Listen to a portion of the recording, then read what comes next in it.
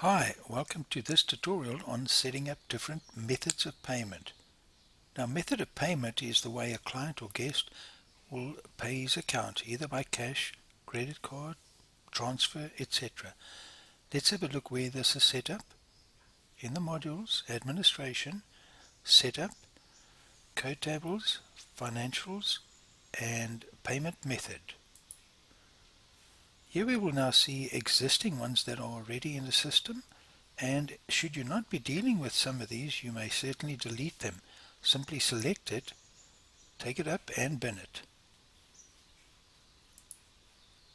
Should you need to change the wording, you can simply also just select and do the amendment and save as required.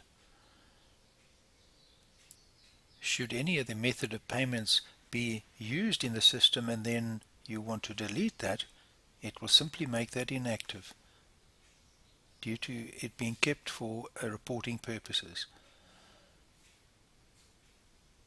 Reports within the system allow you to extract information based on the various methods of payment. We hope you found the short tutorial on method of payment useful.